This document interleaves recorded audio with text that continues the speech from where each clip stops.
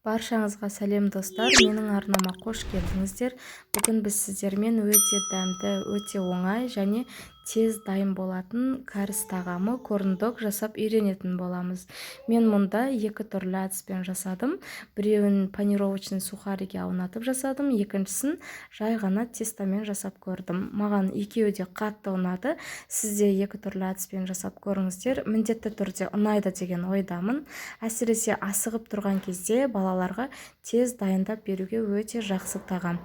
Міндетті түрде жасап көріңіздер. Ал ендеше кеттік. Бізге қажетті заттар сосиски, қант, панировочный сухарий, ұн, жұмыртқа, сүт, тұз және шпажкалар қажет болады.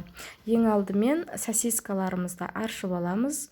Барлығын мен мұнда 2 пачка сосиска қолдандым.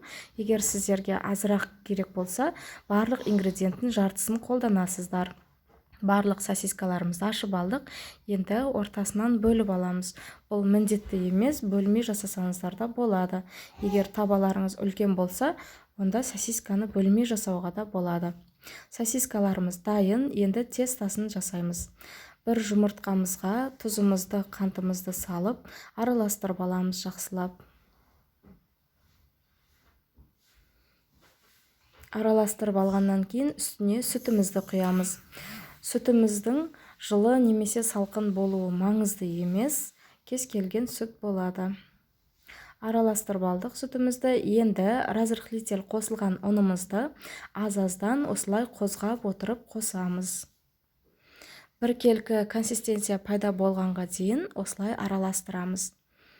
Біздің тестамыз блиныйдың тестасы тәрізді болу керек. Енді жасауға кірісеміз.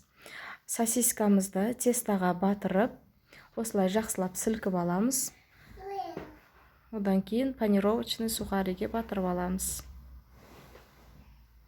Осылай аунатып алғаннан кейін қызып тұрған майымызды пісіріп аламыз. Екі жағында аунатып, өте тез піседі.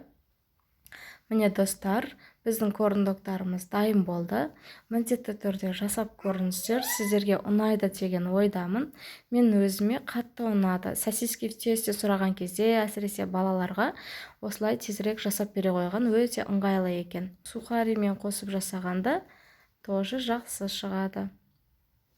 Сіздермен болған Алмагүл. Егер видеоны соңына дейін көрген болсаңыз, лайк басып, комментарий қалдыруды ұмытпаңыздар. Және де менің арнама тіркеліп алыңыздар.